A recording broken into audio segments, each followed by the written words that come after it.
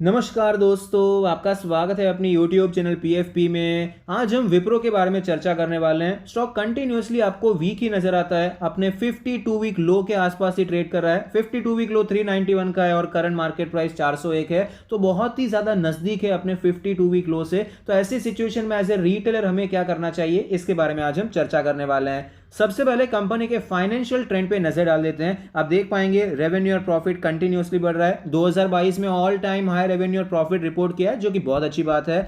Share holding pattern के बारे में बात करें, टोटल प्रमोटर होल्डिंग 73% है, जिसमें से कुछ भी प्लेज नहीं है। म्यूचुअल फंड के पास 3.3% की हिस्सेदारी है। अदर डीआईआई नेग्लिजिबल है। एफआईआई 7% है। रिटेल एंड अदर कैटेगरी में 16.5% की हिस्सेदारी नजर आती है। रीसेंट ट्रेंड्स के बारे में बात करें, म्यूचुअल फंड अपना स्टेक धीरे धीरे बढ़ा रहे हैं। अदर डीआईआई तो ऑफकोर्स यहां पर कम कर चुके हैं। एफआईआई भी हमें कम करते हुए नजर आते हैं। तो रीसेंट ट्रेंड्स में देखिए बहुत ज्यादा नेगेटिव चीजें नहीं है, हालांकि थोड़ा बहुत एक नेगेटिव हो जाता है कि एफआईआई यहां पर स्टेक कम करते जा रहे हैं और वो सारा का सारा म्यूचुअल फंड खरीद रहे हैं, ऐसा नहीं है। वो रिटेल एंड अदर कैटेगरी में आपको जाता हुआ नजर आता है।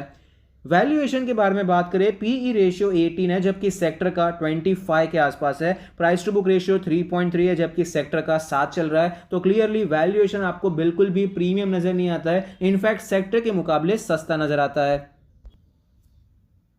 पिछले एक साल में स्टॉक कंटिन्यूअसली आपको नीचे आता हुआ नजर आया, कुछ महीने तक कॉन्सोलिडेट किया, फिर ये रेंज टूट गई, उसके बाद स्टॉक में आपको गिरावट ही देखने को मिली है और फिलहाल ये स्टॉक आपको वापस एक रेंज में ट्रेड करता हुआ नजर आता है। जून जुलाई से अब तक इस रेंज में ये ट्रेड कर रहा है, जो कि नीचे के साइड पे 400 है, 390 400 की रेंज है और ऊपर के साइड पे 440 450 की रेंज हमें नजर आती है। फिलहाल ये स्टॉक अपने सारे मूविंग एवरेज के नीचे, बियरिश सीक्वेंस आप देख पाएंगे 20, फिर ऊपर 50, फिर ऊपर 100, उसके ऊपर 200। क्लियरली यहां पर आपको वीकनेस काफी ज्यादा नजर आती है। डेली आरएसआई 39 का लेवल है, मोमेंटम बिल्कुल भी स्ट्रांग नहीं है, वीकनेस के संकेत आपको आरएसआई से नजर आते हैं। अब यहां पर कुछ इंपॉर्टेंट लेवल्स के बारे में बात करें, डेली चार्ट पे जो रेजिस्टेंस है 426 का रेजिस्टेंस है। सपोर्ट के बारे में बात करें, 400 के आसपास का सपोर्ट है। इसका रीजन क्या है, क्योंकि यहीं से स्टॉक में गिरावट हुई, यहीं से आपको तेजी देखने को मिली थी, तो ये हमारे लिए शॉर्ट टर्म का रेंज हो जाता है। वीकली चार्ट पे चलते हैं। वीकली चार्ट पर आप देख पाएंगे 400 का लेवल कोई छोटा मोटा लेवल नहीं है, एक साइकोलॉजिकल सपोर्ट तो है ही, लेकिन प्रीवियसली जब ये बहुत ही अच्छे से ऊपर जा रहा था, तब जो कंसोलिडेशन किया था उसका जो सपोर्ट था वो भी 400 का था और प्रीवियस जहां पर ये स्विंग हाई लगाया था वो 380 के आसपास का लेवल था। तो ये जो 400 के आसपास का जोन है बहुत इंपॉर्टेंट जोन हो जाता है।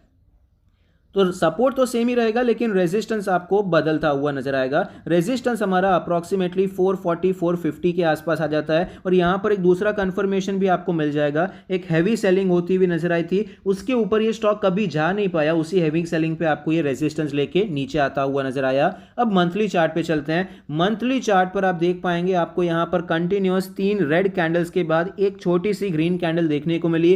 तेजी की शुरुआत होती हुई नजर आ रही थी, लेकिन ज्यादा ऊपर ये स्टॉक नहीं जा पाया, वापस यहां पर गिरावट के संकेत नजर आते हैं।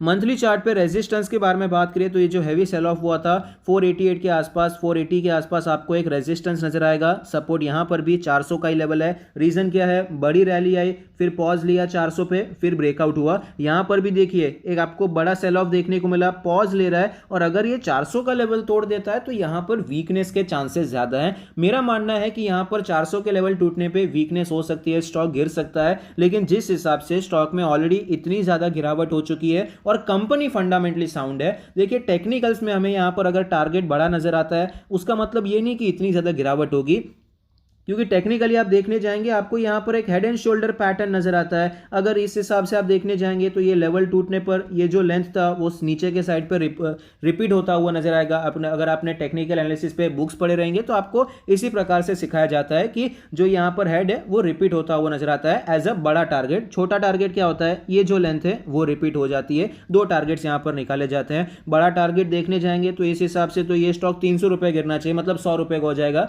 इसका इतना कोई सेंस नहीं बनता है, इसलिए फंडामेंटल्स यहां पर इतने खराब नहीं है कि स्टॉक 100 तक जाएगा, लेकिन यहां पर टेक्निकल एनालिसिस से एक मदद ये हो जाती है कि हमें यहां पर ये तो नजर आ रहा है 400 के नीचे वीक है, बहुत ज्यादा नहीं गिरेगा ये हमारा मानना है, लेकिन गिर सकता है, टाइम कंसोलिडेशन हो सकता है, यहां पर थोड़ा बहुत और गिर सकता है। 350 370 380 340 इतना तक तो गिर सकता है, 10-12% यहाँ पर गिरावट हो सकती है। तो इस प्रकार से हम अपना प्लान कर सकते हैं कि हमें यहाँ पर क्या करना चाहिए। अगर आप एक शॉर्ट टर्म के ट्रेडर हैं तो जब तक ये स्टॉक 420 के ऊपर जाता नहीं है, बुलिश होने के बारे में सोचना चाहिए, बुलिश होने के बारे में नहीं सोचना चाहिए। उसमें भी देखिए अगर ये 425 के ऊपर जाता भी है तो भी यहाँ पर इमीडिएट बड़ी क्वांटिटी में अभी बस ये बुलिश ही हो गया है, ये भी जरूरी नहीं है। यहाँ पर भी एक रेजिस्टेंस है 450 का लेवल, लेकिन मैं जस्ट अभी इतना कहना चाहता हूँ ये लेवल के नीचे तब तक के लिए हमें यहाँ पर शॉर्ट टर्म के लिए या फिर पोजिशनल ट्रेडिंग, स्विंग ट्रेड या पोजिशनल ट्रेड, खरीदारी के बारे में तो नहीं सोचना है। लॉन्ग टर्म के बारे में बात करें तो विप्रो ओवरऑल एक अच्छी कंपनी है, आईटी का सेंटिमेंट अच्छा नहीं चल रहा है।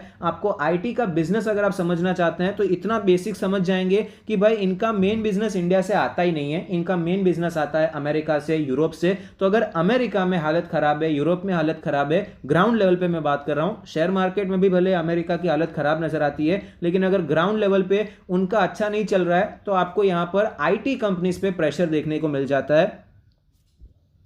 जैसे कि आपको पता ही होगा रिसेशन की बातें हो रही है, इंडिया में रिसेशन की बात नहीं हो रही है, अमेरिका में बहुत बड़ा रिसेशन आ जाएगा, 1-2 साल के लिए आपको कंपनीज की हालत खराब होती हुई नजर आएगी। इनफैक्ट गूगल ने भी अपना जो इन्वेस्टमेंट करना चाहते थे, वो जो इन्वेस्टमेंट का टारगेट था वो रिड्यूस कर दिया है। तो इसीलिए यहाँ पर ग्राउंड लेवल पे अमेरिका में चीज़ें अच्छी नहीं है और वहीं से ज़्यादातर रेवेन्यू आता है, तो इसीलिए I T companies under perform कर रही है। बाकी फंडामेंटली कोई बड़ा इशू नहीं है कि कंपनी खराब हो गई है। तो आप एक्यूमुलेट करना चाहें तो लॉन्ग टर्म के लिए विप्रो एक अच्छी कंपनी है। यहाँ पर जिस प्रकार से चार्ट पैटर्न नजर आता है, 400 का लेवल अगर टूटता है तो स्टॉक में गिरावट हो सकती है। मेरे हिसाब से 380, 360, 340 ये कुछ अच्छे लेवल्स हो सकते हैं जहां पर आप जीटीटी ऑर्डर लगाकर रख सकते हैं। एक साथ पूरी बाइंग करने की जरूरत नहीं है क्योंकि आईटी सेक्टर में बहुत जल्दी कोई बड़ा बाउंस बैक आ जाएगा, उसके चांसेस अभी थोड़े से कम नजर आते हैं। मुझे लग रहा था कि ये तेज हो जाएंगे, आईटी सेक्टर जब यहां पर चल रहा था तब ब्रेकआउट की तैयारी लग रही थी, लेकिन ऐसा नहीं हुआ। इनफैक्ट यहां पर और गिरावट के संकेत नजर आते हैं। तो इस प्रकार से